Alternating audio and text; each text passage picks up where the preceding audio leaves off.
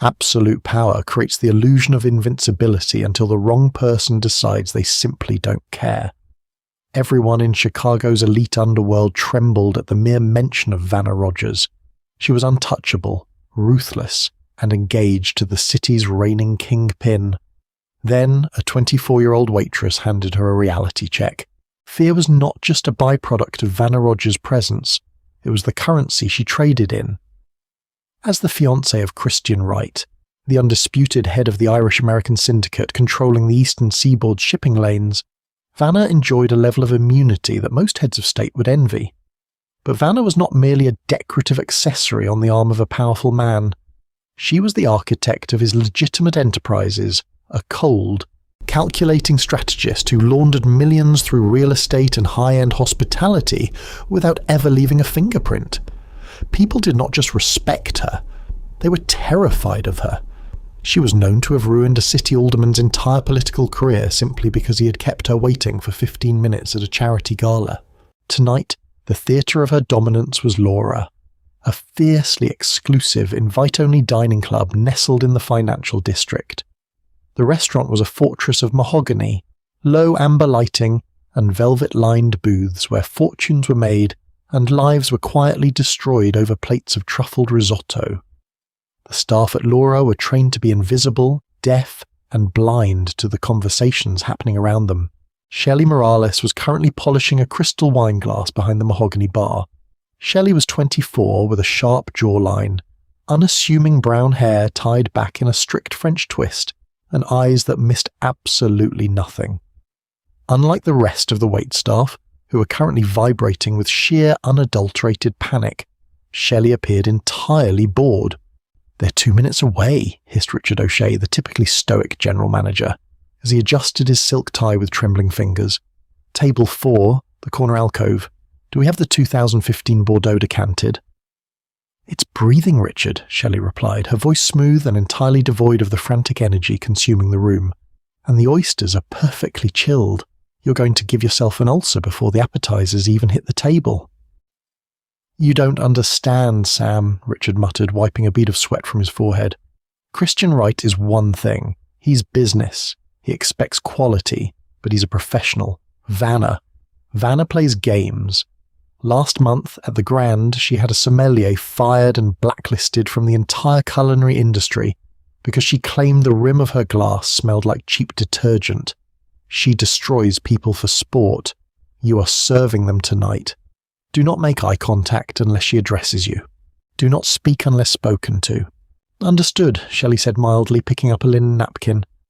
The heavy, brass-studded doors of Laura swung open. The ambient hum of wealthy patrons' conversations died a sudden, unnatural death. It was as if the air pressure in the room had dropped. Christian Wright walked in first. He was tall, broad-shouldered, radiating a quiet, lethal authority in a custom-tailored charcoal suit. But all eyes inevitably slid to the woman beside him. Vanna Rogers moved with the predatory grace of a leopard assessing a herd of gazelles. She wore a backless emerald-green silk dress that clung to her frame, her blonde hair sleek and severe, cascading over one shoulder. Her face was a mask of aristocratic disdain. She didn't walk into a room, she possessed it. As they were escorted to table 4, the most secluded and prestigious booth in the house, Vanna's icy blue eyes scanned the room, finding faults in the perfectly arranged tables, the lighting, the very air. Shelley watched her from the bar, her expression neutral. Shelley knew exactly who Vanna Rogers was. More importantly, Shelley knew exactly what Vanna had done to a man named Arthur Morales 3 years ago. "Go," Richard whispered, giving Shelley a gentle shove toward the alcove. "Water service, now." Shelley picked up the silver tray holding 2 crystal goblets and a sweating pitcher of artisan water. She glided across the carpeted floor, her posture impeccable. As she approached the table, Christian was murmuring something low and amused to his fiancée. Vanna, however, wasn't listening to him. Her gaze snapped to Shelley the second the waitress stepped within a 5-foot radius. "Good evening, Mr. Wright, Ms. Rogers," Shelley said, her tone professional, warm but remarkably unshaken. She placed the coasters down with mathematical precision. "Welcome to Laura." Vanna didn't offer a greeting. She simply stared at Shelley's hands as the waitress poured the water. "You poured that from the left," Vanna noted, her voice a soft, dangerous purr that carried clearly across the quiet dining room. Shelley paused, the pitcher perfectly angled to prevent a single drip. "Standard service protocol dictates pouring from the right, Ms. Rogers, but given that Mr. Wright's briefcase is resting against his right chair leg, approaching from the left prevents any disturbance to his personal space." Christian looked up, a flicker of genuine amusement crossing his features. He glanced at his briefcase, then back to the waitress. "She's got a point, Vanna. I barely noticed her." Vanna's eyes narrowed. The fact that the waitress had not only answered back but had been validated by Christian was an immediate, unacceptable challenge to her authority. "A good server doesn't make excuses," Vanna said coldly. "A good server makes the adjustment without needing to explain herself to the patrons like a petulant child." Shelley offered a small, polite smile that didn't reach her eyes. "My apologies, Ms. Rogers. Shall I review the specials for you?" "No," Vanna snapped, leaning back and crossing her legs. "You will bring us the seafood tower, but I want the Blue Point oysters swapped for Kumamoto, and if the crab is anything less than caught this morning, I will personally ensure your general manager shuts this kitchen down. Go." "Right away," Shelley said. She turned and walked back to the kitchen, leaving Vanna staring daggers at her retreating back. The game had begun. But what Vanna Rogers didn't realise was that she wasn't the one dealing the cards tonight. Over the next 45 minutes, Vanna launched a relentless, calculated campaign to break the young waitress. It was a masterclass in psychological warfare, the kind of subtle torture the Mafia boss's fiancé specialised in.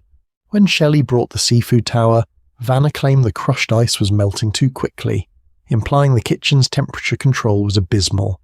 Shelley simply returned with a secondary silver bowl of dry ice, creating a dramatic, freezing fog that perfectly chilled the oysters and made the presentation look even more spectacular. Christian had openly complimented it, which only deepened the furious flush creeping up Vanna's neck. When the main courses arrived, a rare fillet for Christian and seared scallops for Vanna, Vanna sent her plate back twice. The first time she claimed the sear was uneven. The second time she stated the puree lacked truffle oil. Both times Shelley handled the complaints with an infuriatingly pleasant demeanour, never once showing a hint of frustration, panic or fear. The rest of the restaurant watched the spectacle in hushed terror.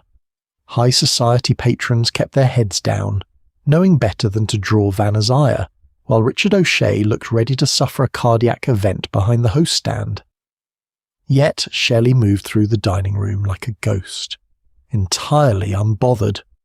The breaking point occurred during the wine service. Vanna, thoroughly enraged by her inability to rattle this insignificant server, decided to escalate. As Shelley stepped forward to clear the dinner plates, Vanna accidentally shifted her arm. Her elbow struck the stem of her half-full crystal wine glass. The deep crimson Bordeaux tipped outward, splashing directly across the pristine white tablecloth and splattering onto the cuff of Shelley's white uniform shirt. A sharp gasp echoed from a nearby table. Christian frowned, his dark eyes shifting from the spilled wine to his fiancée. He knew Vanna well enough to recognise an intentional strike when he saw one. "Oh, look what you've made me do," Vanna sighed, her voice dripping with venomous satisfaction. She looked up at Shelley, expecting to finally see tears, anger, or the desperate grovelling apologies she was accustomed to extracting from the working class. "You were crowding my space. I suppose you'll need to fetch a towel. Try to be quicker about it this time." Shelley looked at the red stain spreading across the linen. She didn't flinch. She didn't rush away. Instead, she calmly set her clearing tray down on a nearby side stand. She reached into her apron and retrieved a perfectly folded, heavy cotton cloth. "There's no need for me to leave, Ms. Rogers," Shelley said, her voice dropping to a lower, more conversational register that only the three of them could hear. She stepped forward and began to expertly blot the wine spill. "I always carry an extra cloth for unforeseen messes," Vanna scoffed. "How remarkably domestic of you." Shelley paused her blotting. She looked directly into Vanna's icy blue eyes, dropping the customer service smile entirely. "Messes are a part of life. though I must admit, cleaning up a few ounces of spilled Bordeaux is considerably easier than cleaning up a missing $4 million from a Cayman Island shell company. The silence that fell over table 4 was absolute, deafening, and violently heavy. Vanna Rogers' face, usually a canvas of perfect, smug superiority, instantly drained of all colour.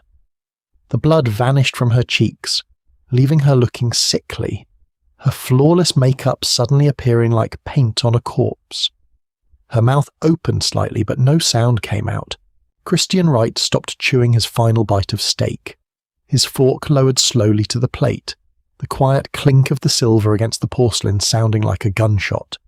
He turned his head, his dark, calculating gaze fixing entirely on his fiancée. "It's funny," Shelley continued, her voice light, airy, and dripping with malicious compliance as she continued to dab the tablecloth. "My father, Arthur Morales, used to be a forensic accountant. He always told me that numbers tell a story.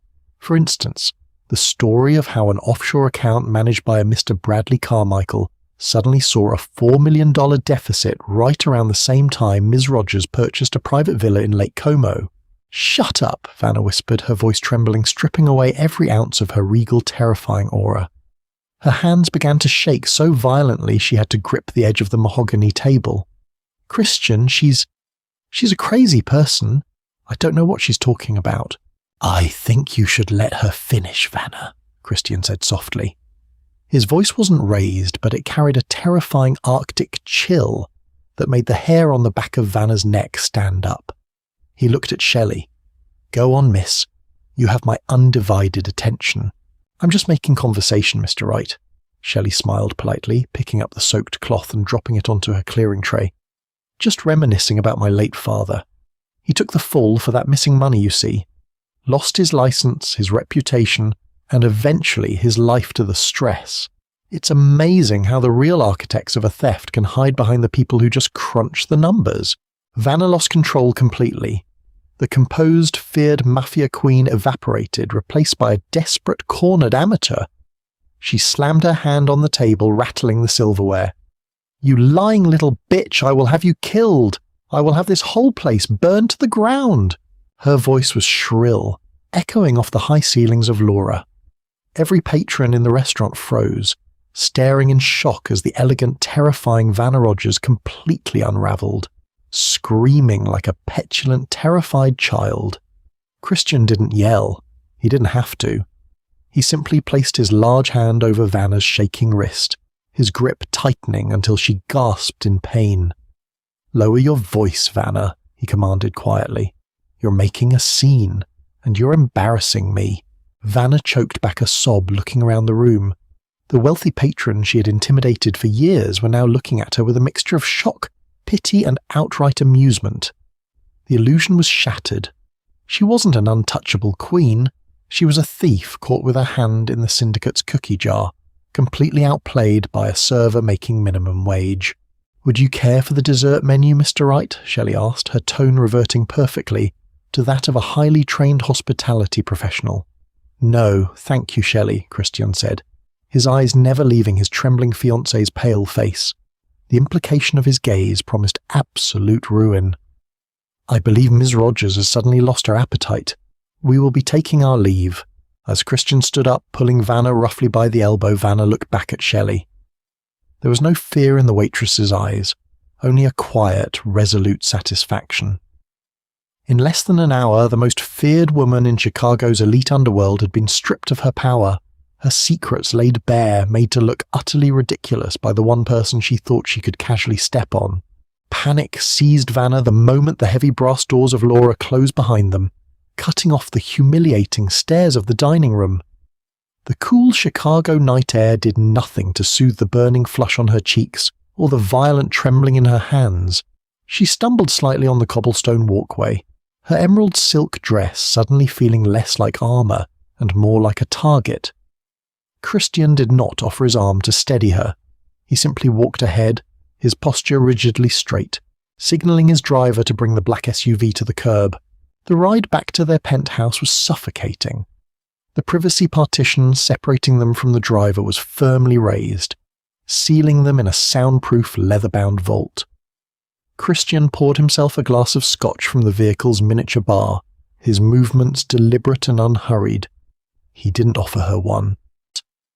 "Christian, you cannot possibly believe a word that psychotic little girl said," Vanna finally choked out, desperate to fill the agonizing silence. "She is clearly unhinged. Or worse, she's a plant. The Rossi family has been trying to infiltrate our network for months. They probably paid her to create a public scene, to embarrass us, to drive a wedge between us." Christian took a slow sip of his drink. He turned his head, the neon city lights passing outside casting harsh angular shadows across his face.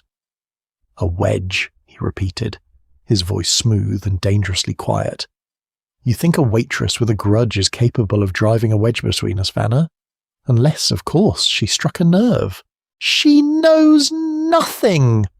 Vanna's voice pitched higher, a shrill note of hysteria bleeding through. "Bradley Carmichael is one of my oldest associates. The Lake Como property was purchased with my trust fund dividends. You know this. I showed you the paperwork." "You showed me paper," Christian corrected, his eyes locking onto hers with the predatory focus of a shark smelling blood in the water. "Paper can be forged. Ledgers can be altered. I know this because I pay very smart people a great deal of money to do exactly that. But what I do not tolerate, Vanna, is someone doing it to me." "I would never steal from you," she gasped, reaching out to touch his knee. Christian shifted his leg away before her fingers could make contact. "We will see. I've already dispatched my internal auditors to Bradley Carmichael's residence. If your hands are clean, you have nothing to worry about. But until I know the truth, you will pack a bag and stay in the guest suite. You are not to access the syndicate's servers, and you're not to make any outgoing calls. Is that understood?" Vanna felt the bottom drop out of her stomach. Her mind raced, calculating the sheer volume of evidence Bradley had hidden on his personal servers. If Christian's men got to him before she did, she was dead. Not metaphorically, dead.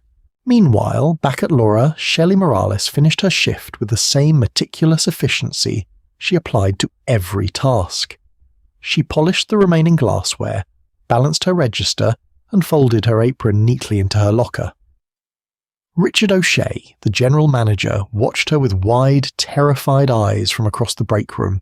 "You're insane, Sam," Richard whispered, wiping his forehead with a handkerchief. "You just signed your own death warrant, and mine. Wright is going to burn this restaurant to the foundation." "Mr. Wright is a businessman, Richard," Shelley replied calmly, slipping into a heavy wool coat. "He cares about his bottom line above all else. Finding a $4 million leak in his organization is a service. If anything, he owes us a generous tip." Shelley walked out of the service entrance and onto the damp pavement of the alleyway. She knew Vanna Rogers. She had spent 3 years studying the woman's psychological profile, tracking her movements, and mapping the intricate web of shell companies Vanna used to siphon money from Christian Wright's empire. Shelley knew that a cornered narcissist would not wait for Christian's auditors to find the truth. Vanna would try to cover her tracks by silencing the person who exposed her. As Shelley turned the corner onto Michigan Avenue, a dark sedan pulled away from the curb, its headlights off, trailing her slowly. She didn't quicken her pace. She simply reached into her coat pocket, her fingers brushing against the cold metal of a flash drive, and discreetly tapped an earpiece hidden beneath her hair. "They're tailing me," Shelley murmured softly. "We have visual," a gruff voice replied in her ear. It wasn't the police. It was one of Christian Wright's lieutenants, a man named Declan, whom Shelley had contacted anonymously 3 weeks prior with a breadcrumb trail of Vanna's embezzlement. Tonight's theatrical confrontation was merely the catalyst required to force Vanna into making a fatal mistake. Inside the penthouse, Vanna had locked herself in the master bathroom. Defying Christian's explicit orders, she pulled a burner phone from the false bottom of her makeup vanity and dialed frantically. Pick up," she hissed, pacing the marble floor. "Yeah," a rough voice answered. It wasn't Bradley, it was Thomas Ward, a freelance fixer known for making messy problems disappear. "I need a clean-up," Vanna whispered urgently, turning on the gold faucet to mask the sound of her voice. "There's a waitress at Laura, Shelley Morales. She knows about the Cayman accounts, she knows about Bradley. I need her gone tonight, and I need you to scrub Bradley's hard drives before Christian's men get there." That's a tall order for a Tuesday, Vicky, Thomas grunted. Double my usual rate, and I need half up front, routed to the usual crypto wallet. Fine, just get it done, she snapped, hanging up the phone. She leaned against the marble sink, breathing heavily. She could still fix this. If the girl disappeared and Bradley's drives were wiped, Christian would have no proof. She could spin it as a conspiracy. She was Vanna Rogers. She always won. Morning broke over Chicago with a heavy overcast gloom that perfectly matched the atmosphere inside the Wright Syndicate's corporate headquarters. Vanna arrived at the glass-panelled high-rise at exactly 9 o'clock, dressed in a sharp, tailored white pantsuit. She'd spent hours applying her makeup to hide the dark circles under her eyes, projecting an aura of aggrieved innocence. She walked past the reception desk, ignoring the secretaries who suddenly looked away as she passed. She pushed open the double oak doors to Christian's corner office, expecting to find him brooding over inconclusive reports. Instead, the sight that greeted her made the blood freeze in her veins. Christian was seated behind his massive mahogany desk, casually drinking a shot of espresso. To his right stood Declan, his most trusted enforcer. Bound to a wooden chair in the corner of the room, bruised and bleeding from a split lip, was Thomas Ward, the fixer she had hired just hours before. But it was the person sitting comfortably in the leather guest chair across from Christian that made Vanna's knees buckle. Shelley Morales was drinking tea from a porcelain cup, dressed in a simple beige sweater and jeans, looking entirely at home in the office of a Mafia kingpin. "Ah, Vanna," Christian said, his voice terrifyingly cheerful. "Right on time. Please come in. Close the door behind you. We were just having a fascinating discussion about forensic accounting." Vanna's hand trembled so violently she could barely grip the brass handle to pull the door shut. "Christian, what is this? What is she doing here? And who is that man?" "Don't insult my intelligence by playing dumb, Vanna. We are far past that," Christian said, setting his espresso cup down. The smile vanished from his face, replaced by a mask of pure, absolute menace. Mr. Ward here was incredibly cooperative after Declan intercepted him 2 blocks from Miss Morales' apartment last night. He told us all about your frantic phone call. He also handed over the encryption keys to Bradley Carmichael's servers, which he was supposed to destroy. Vanna stepped backward, her spine hitting the heavy oak door. There was nowhere to run. "Christian, please, I can explain." "There is nothing to explain," Christian cut her off, his voice cracking through the room like a whip. "You stole $4.2 million from my legitimate holdings. You funneled it through Bradley, bought a villa in Italy, and bought yourself a nice little safety net in case things went south between us. But that isn't the part that angers me, Vanna. Money is just money." Christian stood up, walking slowly around the desk. He stopped inches from her, towering over her trembling frame. "What angers me," he whispered, "is that when the IRS started sniffing around 3 years ago, you panicked. You didn't come to me to fix it. You pinned the missing money on a low-level accountant, Arthur Morales. You forged his signature, ruined his career, and let him take the fall. He took his own life because of the debt you buried him in." Vanna looked over at Shelley. The young waitress was no longer smiling. Her brown eyes were cold, hard, and utterly merciless. "You didn't just steal from a crime boss, Vanna," Shelley said softly, her voice carrying across the silent room. "You destroyed an innocent family to protect your shoe budget. My father was a good man. He worked 60-hour weeks to put me through college, and you signed his death warrant without a second thought. I decided right then that taking your life wouldn't be enough. I needed to take your kingdom."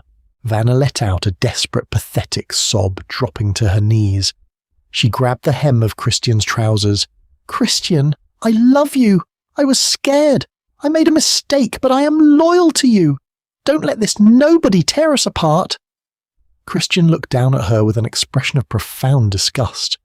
He didn't kick her away. He simply stepped back, leaving her kneeling on the Persian rug. "You aren't a queen, Vanna. You're a parasite," Christian said coldly, "and your reign is over. I'm not going to kill you. That would be too merciful, and quite frankly, bad for my current business transition." Vanna looked up, a glimmer of desperate hope flashing in her tear-filled eyes. "Instead," Christian continued, "I have frozen every single account tied to your name. The villa in Como has already been signed over to Miss Morales here as restitution for her father's estate. Furthermore, Declan has packaged a very neat, very detailed dossier of your embezzlement, complete with your forged signatures and your wire fraud history." "No," Vanna whispered, the true horror of her situation finally dawning on her. "Yes," Christian nodded. "The FBI will be arriving at your personal condo in exactly 20 minutes.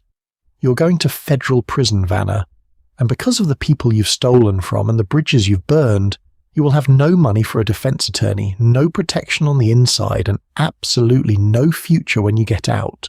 "You can't do this to me!" Vanna screamed, scrambling to her feet, her perfectly styled hair falling in wild, dishevelled strands across her face. "I am Vanna Rogers. I built half of your legitimate portfolio. You need me." "I need a competent accountant," Christian corrected seamlessly. He gestured toward the young woman sitting in the leather chair. "Fortunately, Miss Morales has demonstrated an extraordinary aptitude for uncovering hidden assets and managing complex ledgers. In fact, she's officially starting as my new director of finance on Monday." Shelley stood up, smoothing the front of her sweater. She walked over to where Vanna stood hyperventilating. The height difference was negligible, but in that moment Shelley looked like a giant towering over a broken, pathetic insect. "I told you," Shelley said quietly, echoing the exact words from the restaurant the night before. "Messes are a part of life. Enjoy cleaning up yours." Declan stepped forward, grabbing Vanna roughly by the arm. She didn't fight back anymore. The terrifying Mafia fiancé, the untouchable socialite who ruined lives for sport, was gone. In her place was just a broken, penniless fraud, weeping uncontrollably as she was dragged out of the office to face a cage of her own making. Shelley walked to the floor-to-ceiling window, looking down at the bustling Chicago streets below. The sun was finally beginning to pierce through the heavy clouds. She took a deep breath, the phantom weight of her father's grief finally lifting from her shoulders. She had walked into the lion's den, looked the apex predator in the eye, and taken the whole kingdom without firing a single shot. Absolute power creates the illusion of invincibility, but intelligence, patience, and a daughter's love will shatter that illusion every single time. Did you love this dramatic story of a brilliant waitress taking down a tyrannical mafia queen? If this gripping tale of revenge, intelligence, and a perfectly executed downfall kept you on the edge of your seat, hit that like button right now. Don't forget to share this video with your friends who love a satisfying karma moment, and subscribe to our channel for more incredible real-life stories. Drop a comment below. What would you have done in Shelley's shoes?